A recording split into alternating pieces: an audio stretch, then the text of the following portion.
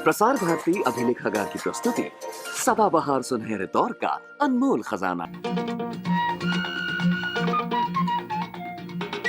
बातों बातों में मुलाकातों में हमने कहा क्या, उनसे सुना क्या, जिनसे मिले हम उनसे मिलो तुम। बातों बातों में, बातों बातों में, बातों बातों में, बातों बातों में। दोस्तों, क्या आपने कभी सोचा है कि हमारे आसपास सब कुछ कितना बदल चुका है?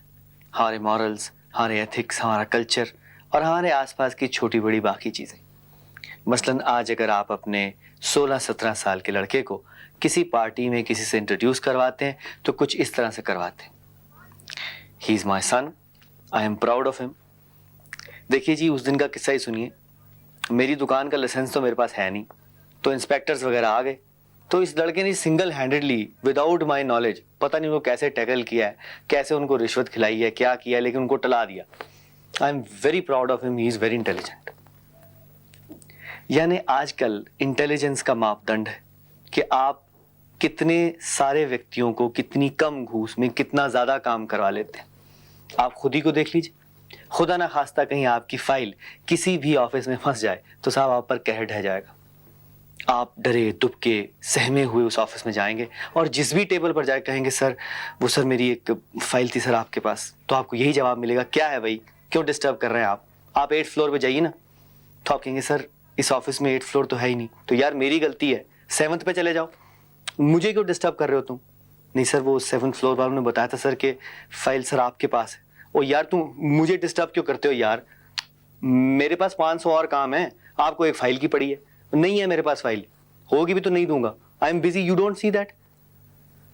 जैसे ही साहब आप कहते हैं कि सर मैं सर चाह रहा था कि सर मैं, कहने लगा आप बार बार जेब में क्या हाथ डाल रहे हैं, यू वांट टू ब्राइब मी?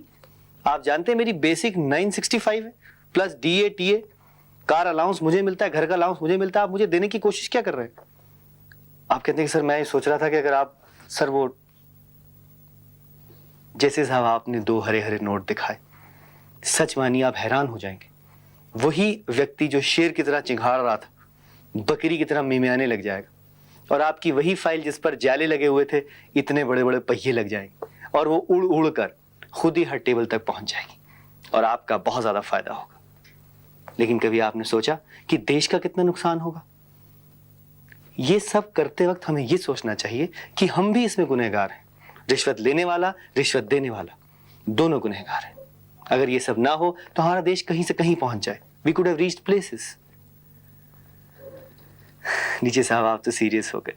अजी हुजूर, अगर सुबह का भूला घर को शाम को लौट आए तो उसे भूला नहीं कहते, क्योंकि अगर आप ये गलती करते भी हैं और अब से करनी छोड़ दें तब भी सब ठीक हो जाए। अब रिलैक्स कीजिए। हम चाहते हैं कि आप हमारे जरिए एंटरटेन हो। आज मुलाकात करें जलाल आगा साहब से। करेंगे मुलाकात? कीजिए। जलाल साहब, अपनी जिंदगी में सबसे पहले आपने फिल्म का कैमरा कब फेस किया? सबसे पहले कैमरा कब फेस किया जी। मेरे ख्याल से मेरी उम्र 11 साल की थी और श्री दिलीप कुमार जी, हमारे फादर के बड़े अच्छे दोस्त, उन्होंने फादर से कहा कि मुगल आजम में छोटे सलीम के रोल में मुझे लेना चाहते हैं जी।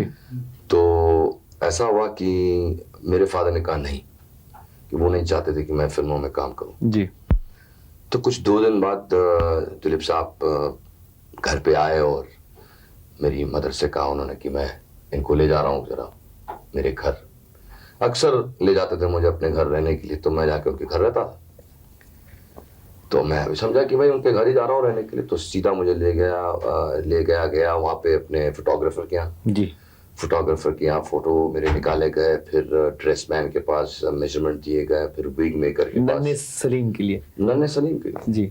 और कुछ 2 दिन बाद मैं शूटिंग कर रहा था, तो तीसरे या चौथे दिन उन्होंने मेरे फादर को फोन किया कि आप आए स्टूडियो पे, मैं आपसे मिलना चाहता हूँ।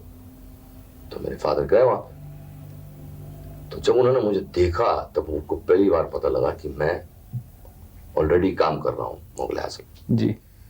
तो थोड़ा नाराज तो हुए वो, लेकिन एक्सेप्ट करना पड़ा उनको, क्योंकि भाई 2 दिन शूटिंग शुरू हो गई थी।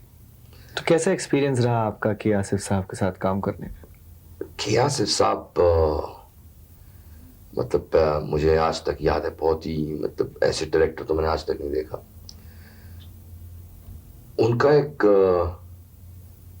एक स्टाइल था कि जो एक्टर रोल प्ले कर रहा है उसको वो कैरेक्टर रियलिटी में फील करे वो कैरेक्टर। जी। जैसे कि मैं स्कूल से आता था, सीधे स्कूल 4:30 बजे गाड़ी मुझे पिकअप करके स्टूडियो ले आती थी 6 बजे तक।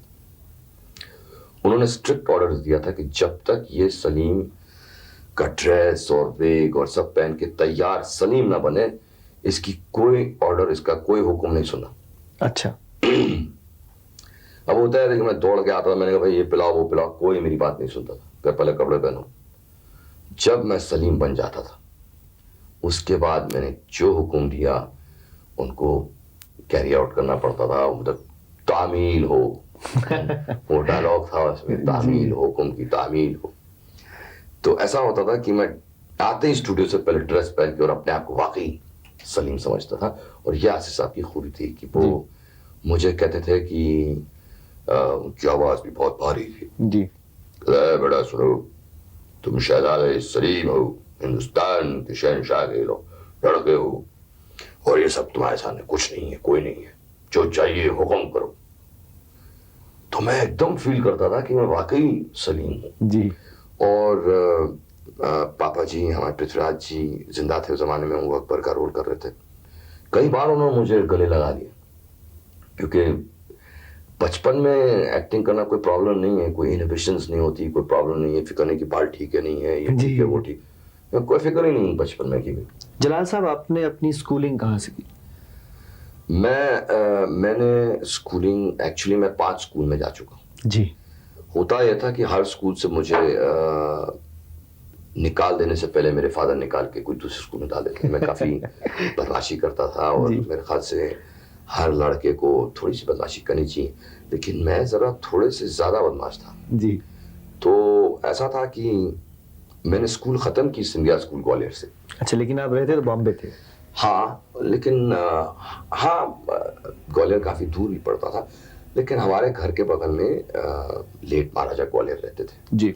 ये हमारे मिनिस्टर माधवराव सिंधिया, उनके फादर जो है। तो हम क्या करते थे, वो दीवार को फांद के, उनके यहाँ बड़े अच्छे गार्डन में चाइनीज बाजेस होते थे। जी। तो अब बदमाशी करता था, मैं पत्थर उठा के धाड़ से बाज तोड़ के भाग जाता था। अब वो माली सब मेरे पीछे दौड़ रहे हैं सब, और मैं तो सीधा छलांग मार के अपने घर पहुंच जाता था। एक दिन मुझे ये पता नहीं था कि महाराज अपनी खिड़की पे खड़े देख रहे हैं, समुद्र का नजारा देख रहे थे। जी। तो मैं सीधा जैसे दीवार फांद के आया तो उन्होंने देखा कि भाई कोई बच्चा आया दीवार फांद के, दिखने में कोई बदमाश ज्यादा नहीं लगता है। और मैं आया और मैंने पत्थर उठाया और उनकी आंखों के सामने एक चाइनीज बाज उनके तोड़ दिया। पकड़ो उसको, कौन है, पकड़ो पकड़ो। सब मालियां दौड़ रहे थोड़े, मैं पट कर भाग गया। तो पूछा कौन है वो? कहा साहब ये आगा साहब का लड़का है महाराज, पहले भी 3-4 चाइनीज बाज तोड़ चुका है। तो कहा ठीक है। अब हमारे फादर और उनकी बड़ी दोस्ती थी, तो एक बार फ्लाइट में मुलाकात हो गई दिल्ली से बम्बई आते समय। कहा आप आपसे बात करना है प्लेन में। तो दोनों बैठ गए, तो पूछने लगे कि भाई कितने बच्चे हैं? साहब मेरे 4 बच्चे हैं, 3 लड़कियां 1 लड़का है। अच्छा अच्छा, एक ही लड़का है? जी हाँ, एक लड़का। क्या करता है? महाराज वो स्कूल में पढ़ता है, बॉम्बे में सेंट जेवियर्स हाई स्कूल। अच्छा अच्छा। बदमाशी करता? हाँ करता है, जैसे सब लड़के करते हैं। अच्छा अच्छा, तो मेरे स्कूल में क्यों नहीं भेज देते उसको ग्वालियर में? जी। हमारा सुना वहाँ पे बहुत लंबा वेटिंग लिस्ट है, ये है वो। कहते नहीं कोई प्रॉब्लम नहीं, मैं मेरे कहने पे एंट्री हो जाएगी उसकी, नो प्रॉब्लम।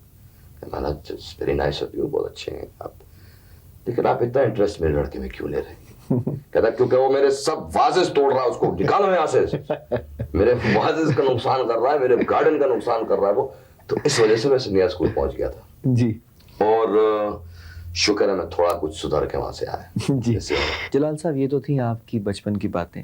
हमारे ऑडियंस को जवानी के कुछ किस्से भी सुनाइए। जैसे मैंने आपको बताया, मैं बदमाशी बहुत करता था, जी लेकिन मैं अच्छा बदमाश था, शरीफ बदमाश था। और अपने ऑपोजिट सेक्स जो कहते हैं, लेडीज, यंग गर्ल्स, काफी दिलचस्पी रखता था मैं। और 8 साल की उम्र में, जब मैं 9 साल की उम्र में जब जी। मैं पुणे में बोर्डिंग स्कूल में पढ़ता था, तो ऐसा होता था, कुछ फेट होते थे, फेयर होते थे जी। तो उसमें गाने के रिक्वेस्ट भेजते थे, from Jalal to so and so, from so and so to Jalal, ऐसे करके। जी तो मैंने एक लड़की को चिट्ठी लिखी थी कि मुझे 5 बजे सुबह दीवार के पास मिलना, क्योंकि मैं सुबह क्रॉस कंट्री प्रैक्टिस करने at the age of 9। At the age of 9। कुछ जी। लोग जल्दी स्टार्ट करते हैं, कुछ लोग देर से स्टार्ट करते हैं। तो हुआ ये कि वो मिली नहीं मुझे 5 बजे सुबह, सर्दी बहुत थी मुझे याद है, और मैं वहाँ दीवार पे काफी देर इंतजार करता रहा, लेकिन वो आई नहीं। और जब मैं छुट्टियों में घर पहुंचा तो मेरे फादर ने कहा, क्यों आजकल दीवार पे मिला जा रहा है 5 बजे सुबह? मैं तो एकदम चौंक गया। मैंने हाँ, कहता वो चिट्ठी है कि नहीं? और मेरी चिट्ठी ने बताई, वो लड़की ने जाके अपनी माँ को चिट्ठी दे दी थी, और उसकी माँ मेरे फादर की दोस्त थी, तो उन्होंने चिट्ठी फादर को दिखा दी कि तुम्हारे बेटा लिख रहा है मेरी बेटी को। जी तो मैं बड़ा घबरा गया, मैंने कहा शायद फादर पीटेंगे, लेकिन बच गया मैं। जलाल साहब, इसमें तो कोई दो राय नहीं कि आप बहुत अच्छे एक्टर हैं, बेहतरीन अदाकार हैं, और हमें तो आपके सब रोल अच्छे लगते हैं, लेकिन आपकी मनपसंद फिल्म और फेवरेट रोल कौन सा है? वैसे भाई 2-3 फिल्में मुझे बहुत अच्छी लगी थी जिनमें काम किया था। एक तो मेरी पहली फिल्म थी बम्बई रात की बाहों में, अब्बास साहब की। जी। उसके लिए मुझे कुछ 7 अवार्ड्स मिले थे, including national mention and national awards, honourable mention. और रशिया में ताशकंद फेस्टिवल में भी साइटेशन मिला था, लेकिन उसका कोई प्रिंट पता नहीं कहीं है कि नहीं है, मुंबई रात की बाहों में। उसके बाद मैंने किया 7 हिंदुस्तानी जी। और 2 बूंद पानी। 2 बूंद पानी में आपका रोल बहुत अच्छा था, आई थिंक। हाँ, 2 बूंद पानी में एक राजस्थानी विलेजर का रोल किया था, और एक डायलेक्ट, आप राजस्थानी डायलेक्ट में बात करते थे। वो क्या था वो? बीकानेरी जोधपुरी क्या डायलेक्ट था? उसका एक डायलॉग मुझे आज तक याद है जी कि वो एक इंजीनियर है, किरण कुमार ने रोल प्ले किया था जी। और वो एक डॉक्यूमेंट्री आती है गांव में, जी और वो इंजीनियर जो है डॉक्यूमेंट्री में गांव वालों से कहता है कि मैं राजस्थान की नहर बना रहा हूँ, मैं कश्मीर से आया हूँ, जी। और आपके राजस्थान में मैं नहर बनाने आया हूँ, जो राजस्थान कनाल प्रोजेक्ट जो चल रहा है। और उसको देख के गांव वाले सब मुझे कहते हैं कि तुम हमारे गांव से जाओगे, रिप्रेजेंट करोगे इस कनाल पे। तो मैं पहुंचता हूं वहां पे उसके पास, तो वो कहता है कि मैंने तो तुमको बुलाया नहीं। मैंने कहा साहब आपने बुलाया तो मैं आ गया। जी। कहता मैंने बुलाया नहीं। तो वो डायलॉग मुझे याद है कि मैं कहता हूं कि वाह जी वाह, आ कसी बात हुई, पहले तो बुलाया और जड़ कोई अपनी नवोड़ी लुगाई ने, बापू ने, बहन ने, सारा गांव बिरादरी ने छोड़ छाड़ के आयो, तब तुम केवो हो कि जाओ। मैं कभी नहीं जाऊंगा, और जाऊंगा भी कैसे?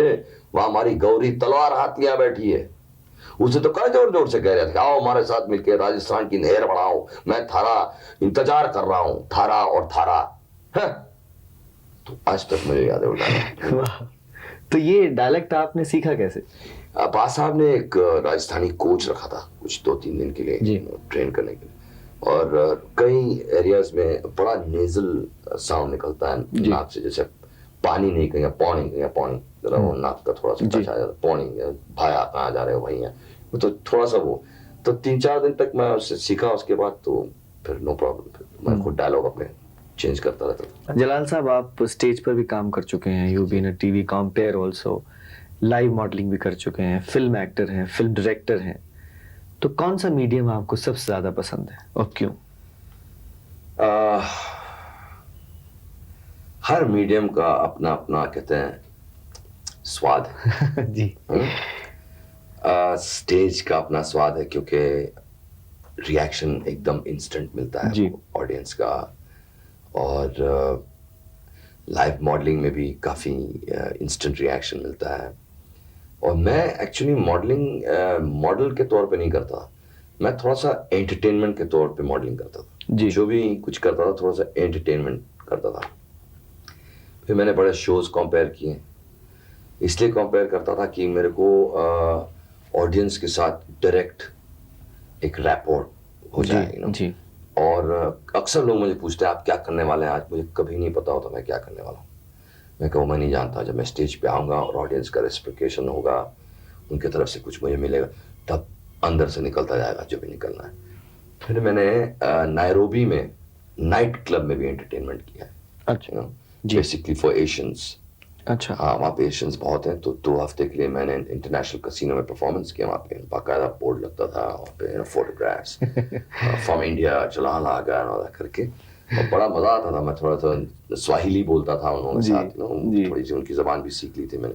ये बात मेरे में है कि मैं काफी जबान बहुत जल्दी सीख Adapt जाता कर हूँ। लेते हैं हाँ, आप। बहुत जल्दी। जी रशिया गया था तो मैं रशिया में भी रशियन बोलता था, जी तो पूरा ऑडिटोरियम खड़े होकर तालियां मारता था। जी और मैं बोलता क्या था, दुरुजिया या जलाल आगा Geroy Kartina Adbasa Pampay Biachik Noches। मतलब पूरा ऑडिटोरियम खड़ा होकर तालियां मार, मतलब कि दोस्तों मैं जलाल आगा हूँ, हीरो ऑफ अब्बास साहब फिल्म बम्बई रात की बाहों में। जी हाँ, और उसके बाद मैं अपने इंटरप्रेटर से कहता कि आप प्लीज कह दीजिए कि अब रशियन और नहीं बोल सकता मैं। तो जितने ऑडियंस थे वो चिल्लाते थे नियत नियत फेरूस की इन रशियन में बोलो। हाँ। तो मैं उधर रशियन नहीं आते भाई, इतना ही रशियन आता मुझे। फिर मैं एंड करता था, थोड़ा रशियन मुझे और आता था, तो वो एंडिंग उससे करता था।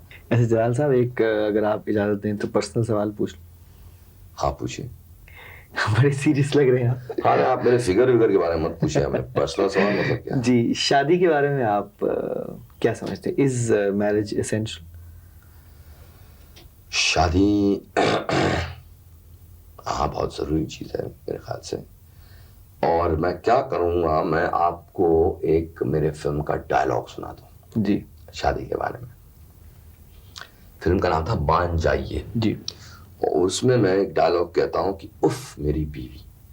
उसका कहना है कि शादी तो सिर्फ एक बहाना है, औरत मर्द को साथ रहने के लिए हमारी सोसाइटी का दिया हुआ एक परवाना है, जी लेकिन असल में पति पत्नी का रिश्ता एक असीम विश्वास और प्यार का रिश्ता है, जो एक रेशम के बारीक धागे के समान है, जिसमें अगर कहीं गिठान लग गई तो खुल नहीं सकती, उसे काटना पड़े। वाह गिठान नहीं पड़े इसका बहुत आसान तरीका है, जी बजाय ये कहने के कि तुमने ये किया तुमने वो किया, कहो कि हमने ये किया हमने वो किया, जी सब क्लेश मिट जाएंगे।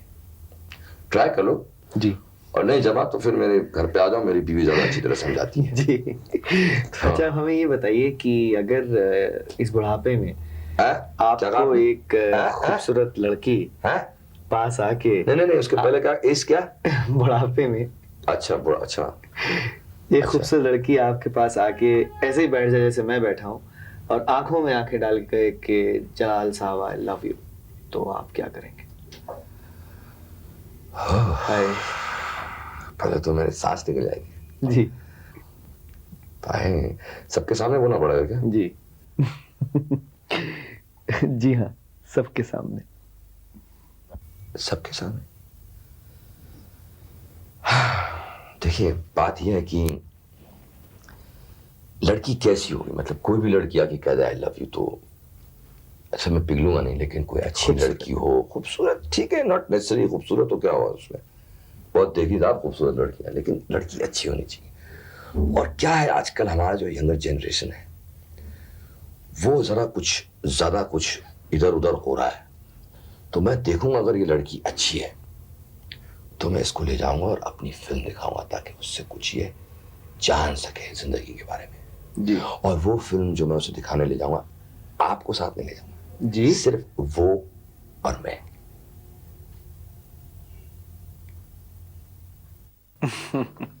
नहीं नहीं जलाल साहब, ये अच्छा तरीका नहीं है फिल्म देखने का। भाई अपने गम तो खुद झेलिए, लेकिन खुशियां तो सबके साथ बांटिए। मजा तभी आता जब हम सब आपके साथ फिल्म देखते। अब देखिए ना, हम सबके साथ ये प्रोग्राम एंजॉय कर रहे हैं।